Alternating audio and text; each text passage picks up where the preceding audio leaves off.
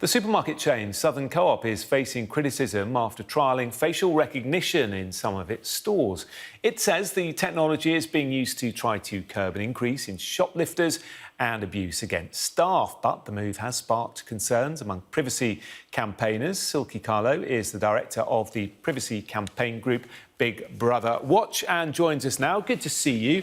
I suppose that the problem here is if you have a shopkeeper who sees someone coming into his store who he knows has offended before, been a pickpocket before, stolen stuff or whatever off the shelves before, then he'll either give them a warning or tell them to get out. Now, if you've got technology pretty much doing the same job, what's the problem?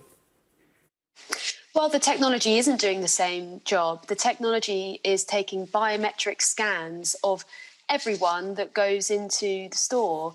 And so that means when families are going to do their shopping, their children are being scanned for a private database about which we know very little. It is important to bear in mind this isn't a police watch list. This is a private company, and a company that actually brands itself as ethical, that is building these watch lists that inevitably have innocent people on them, people that might be suspected of theft or people who have spent convictions who are trying to move on with their lives. They also say that they can put people on there for suspected antisocial behaviour. What does that even mean? We are really in a danger of moving into a kind of pre-crime territory here, and it's a huge expansion of surveillance. I think really co-op stores need to drop this instantly. This is a drastic error of judgment. OK, well, let's have a look at what the Southern Co-op say. They say the purpose of our limited and targeted use of facial recognition is to identify when a known repeat offender enters one of our stores. Using facial recognition in this limited way has improved the safety of our store colleagues. No facial images are shared with the police or with any other organisation, nor are any other organisation's images shared with us for use within facial recognition. The system is GDPR compliant and does not store images of an individual unless they have been identified as a repeat offender. Now, the Southern Co-op says it's seen an 80% increase in assaults and violence against store colleagues. And if this is stopping that, then wouldn't most people think, well, fair enough, especially if there's a sign in the store as you go in saying that's what's happening? There's no evidence that it's stopping assaults against staff at all. In fact, it might be more likely to increase them because staff are going to be telling people, you've been flagged by our facial recognition system. Look, I know that they say that there are signs, but I can tell you we've been fighting facial recognition for years. We don't want to become China. And no one that I know has been aware of facial recognition being used by the co-op. They say it's been going on for over a year. So this has been very secretive. It's effectively being covert because most shoppers didn't even know that this was going on. I also take issue with their claim that there are only repeat offenders on there. Think about that. We know that the company that they use puts people on their watch list who they say are suspected of antisocial behaviour and this type of thing. If they are committing offences, then the police will be called.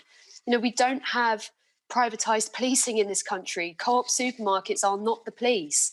You know, and if someone does have a criminal record, it also doesn't mean that they should be on a database and blacklisted for the rest of their lives. An important thing to bear in mind about this company is that they encourage photo sharing across other stores. So if you find yourself wrongly on this database, and that could well be possible. I mean, we've seen over 90% inaccuracy rates when the police were using facial recognition. So if you wrongly find yourself on one of these databases, you could end up not being able to just go and do your food shopping. Let's take a wider look at this. You know, what is this representative of? We really need to pinch ourselves. This is the kind of technology you see in China. It's the kind of thing you see in dictatorships. The fact that we're seeing it being used by retailers in Britain is a disgrace. But didn't people make really the same? Needs to drop it. Didn't people make the same sort of arguments when CCTV cameras were first installed in shops? And now we don't think twice. And if anything, it makes us feel safer. I mean, actually, the parallel with CCTV is that when the horse bolts, it's very hard to rein it back in. And now we do live in a country that's covered with CCTV that evidence shows has little to no impact on crime whatsoever. We are becoming much more of a surveillance state. But actually, this is light years away from CCTV. This is more like someone taking your fingerprint as you go in, because it's taking the cameras are taking biometric data. So this is data as sensitive as fingerprints or even DNA. They're not passing it on. Sorry to interrupt. We're a bit short of time. They're not passing it on to the police, though, are they? They're only sharing it within the store. Well, this is where the story doesn't quite add up, because if they say that they're trying to catch offenders, then why wouldn't you be sharing that data with the police? And where are you getting the data from if it's of offenders? So look, there are a million and one questions here. It doesn't add up. I've seen this plenty of times before with companies saying that they're trialling this. This is not a trial. They've been using it for years. They've been caught out. Lots of shoppers are feeling uncomfortable about this. Big Brother Watch is now running a campaign to get them to stop it. And lots of people are emailing the co-op to ask them to stop it. So I think they're going to find that actually their customers feel extremely disrespected by this. This is creepy, it's Orwellian, and people want it to stop. But if you're law-abiding, you've nothing to fear. Well, that old chestnut, I think we all have something to fear from walking into a dystopian surveillance state. I mean, my God, 2020 has already been a landslide for civil liberties. The idea that now even supermarkets, the one place that we have been really relying on this year, are now spying on us and taking our data too and doing God knows what with it. It's completely unacceptable. OK, well, good of you to spend time speaking to us this evening. Silkie Carlo from Big Brother Watch. Thank you very much. You're watching the News Hour at 6. Coming up.